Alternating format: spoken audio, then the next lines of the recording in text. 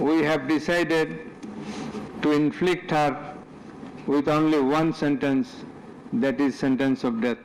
জুলাই আন্দোলনে মানবতাবিরোধী অপরাধের দায়ে শেখ হাসিনার মৃত্যুদণ্ডের রায়ের পর সবথেকে বড় প্রশ্ন এর বাস্তবায়ন। এখানেই সামনে আসে কোন প্রক্রিয়ায় ফেরানো হবে তাকে। এর মধ্যে সাজাপ্রাপ্ত ভারতে পলাতক দুই আসামি শেখ হাসিনা এবং আসাদুজ্জামান খান কামালকে দেশে ফেরাতে গ্রেফতারি ও সাজা পরোয়ানা ইন্টারপোলের কাছে পাঠানোর ব্যাপারে ভাবছে বাংলাদেশ। এর বাইরেও ভারত ও বাংলাদেশের মধ্যে বন্দি বিনিময় চুক্তিকেও কাজে লাগানোর চেষ্টা হবে। তবে প্রতিবেশী এই দেশটির বর্তমান অবস্থান অনুযায়ী বলাই যায় তাদের ফেরত পাঠাতে খুব একটা রাজি নয় ভারত। সেক্ষেত্রে কি করতে পারে বাংলাদেশ?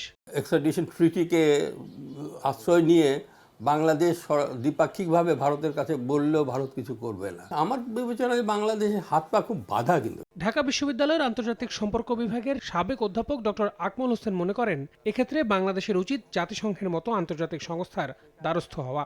এই বিষয়গুলোকে আমার মনে হয় আন্তর্জাতিকভাবে তুলে ধরা, বাংলাদেশের ভারতীয় জনগণের কাছে তুলে ধরা, কূটনৈতিক প্রচেষ্টা জোরদার করা দরকার, সহানুভূতিশীল মত তৈরি করা উচিত।